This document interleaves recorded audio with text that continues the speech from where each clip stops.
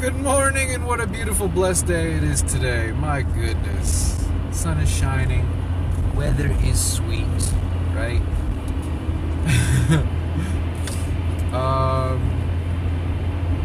Yeah, I don't know. I just felt compelled to make a video while I'm driving, which is totally not safe, but my eyes on the road.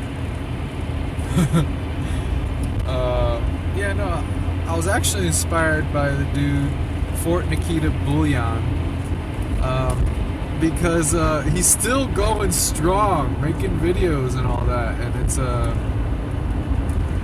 making blogs. You know, it's quite, I don't know, he's inspiring to me, because I remember years ago, a couple years back, I was in I think it was Colorado when I stumbled upon his stuff, or traveling across the United States when I came across his stuff, interested in investing in silver and gold and whatever. You know, I just wanted to learn more about it, and his channel, he seemed like a really smart dude, you know. He's the kind of dude that invests in it physically, like he, you know, whatever, he gets the actual, or back then at least, I don't know about now, he was collecting like the actual, you know, little plates and whatever of silver, palladium, and whatever. Anywho, he inspired me because he's still making videos, still going strong, and it seems like he doesn't even care whether his videos get views or not. He just throws them out there for himself, which is exactly how I used to make videos. I used to put them out there not really caring if they got views or not, just doing it for myself, just to keep a record, you know. For a while, though, I was acting like a fool, and then when I woke up from acting a fool, I decided, you know, maybe all this personal information on the interwebs isn't quite necessary or healthy or even, you know, good or whatever. But I just felt like making another video. Maybe I won't make it publicly available, but maybe I'll just make it available for myself. You know what I'm saying? But yeah, no, it's a beautiful day here in Tennessee, and I'm just heading to work. I don't really have any nuggets of wisdom or anything like that to throw out. Grateful to be alive, happy to be alive.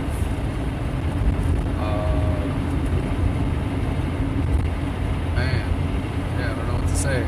Well, I mean, I am a blood-bought believer in Jesus Christ. He has redeemed me from my multitude of sins. His blood is enough to cover a multitude of sins. But yeah, I was acting quite a fool in Colorado. Quite a fool. I was downward spiral, I guess is what you could say. Struggling with some vices. Just struggling, period, you know. Asking questions, wondering what the heck I was doing with my life. Living, like, with this woman. We actually traveled there together and had a messed up relationship or friendship or whatever it is you want to call it. You know, it takes two, whatever, but a lot of it was my fault. I accept responsibility for that. I'm a man. I can admit when I'm wrong and when I mess up. But yeah, we were living together, and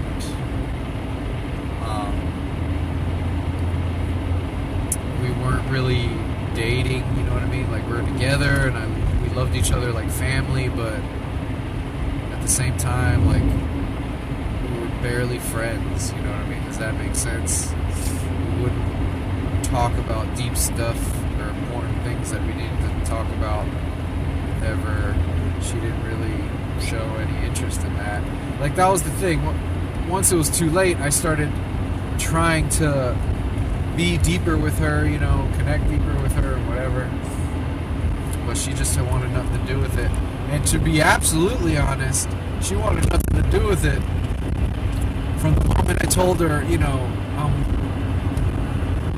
I need to get back with Christ. Basically, how Christ was wooing me back into, you know, himself into my life. She wanted nothing to do with it. When I told her that, you know, I think, whatever, I want to be Christian or whatever. She literally burst out into tears and started crying and said, I don't want to be a Christian, blah, blah, blah. And it's like, well, I'm not forcing you to be a Christian, but it's like she didn't want me to be a Christian, and that's always interesting. Red flag right away. That opened up my eyes big time. I was doing something that was good for me, and as a result of me doing something that was good for me, she didn't want anything to do with it. That tells you right there who's your friends, who's not your friends, who loves you, who doesn't love you, whatever. Even though sometimes we think we love people, or people think they love us, when in reality they don't. What they loved is the usury aspect of the relationship that, we're involved in or whatever. People act like they're your friends, but in reality they're using you. They use you. So I guess that'll be today's moral of the story. Really dissect your friendships. Really dissect your relationships. Really put it under the microscope. And in fact, put it to the test. The Bible says, test the spirit. And I love that, because he's like, you know what? You don't know what's going on. You don't know where to, what's real, what's not real. Put it under the test. Test me. You know what I'm saying? And that's beautiful. He has so much confidence in himself. It would be like, test me. I'll show you what's up. And then if you deny me, then, that's your prerogative. You know what I'm saying? It's either going to be my fault or it's going to be your fault. And you know what? I'm not failing.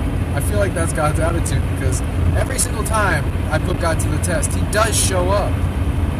He really does. I don't want to get too deep here, but yes, test the spirit. Put your relationships to the test. And if they're not serving you, because they should be serving you, yes, you should serve them, etc., but they should be serving you. If it is not bearing fruit in your life, get rid of it. Rip the tree out. Cut it down. Dig up the root stump and burn it into a burn pile. Living in Tennessee now, getting quite accustomed to this country way of living, which I love. I really do enjoy it. I don't know. There's a lot of principles that I'm learning, or there's a lot of little details in the way of life out here that you start to learn, and it's like, be friends with your burn pile. Be friends with your burn pile, and you got to be actively engaging in your crops. Right? If something is rotten, you got to do something about it. Don't just let it rot there. Do something about it, or get rid of the eyesore. But that's really what I've been doing not most recently, but the past few months or whatever. I've been, past month and a half or so. Yeah, I've been focusing on that, refining friendships, refining, being just everybody that is close to me. I've been putting it under the microscope, even if it's family. You know what I'm saying? I'm not saying you got to divorce your family, but there's, you don't have to talk to them every day. You don't have to hold them in the highest esteem that you once were. You don't have to follow all of the advice that they feed you or give you, or even be open to the advice, or even seek after their advice. Once they've been tested and they prove themselves one way or another way, if it's good, draw nearer. If it's bad, back up. Simple as that. I think there's tremendous value in that. It's like refining. The older I get, the more I refine my tastes. The older I get, the more picky I get. And I think that's an absolute wonderful thing. I think that's a good thing. Right now I'm behind a cotton truck. Let me show you. I know the car behind me is wondering, what the heck is this dude doing? But, whatever. Refine your taste. I think that's a beautiful thing. Stop wasting time.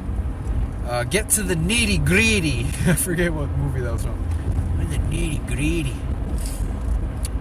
You know what I mean? Get to the point. The older we get, the quicker we should get to the point. The better we should be at getting to the point. Like this video, I should be getting more to the point. But it's feeling really good just expressing myself and opening up like this. I think it would be beneficial to make this a more frequent habit. And yeah, life is good.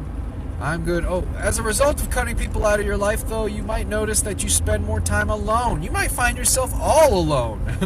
And that's fine. That's fine if you know how to occupy your time, if you know how to, utilize the season. Because it's not going to be forever, you know what I'm saying? But you get lonely and whatever, and that's normal.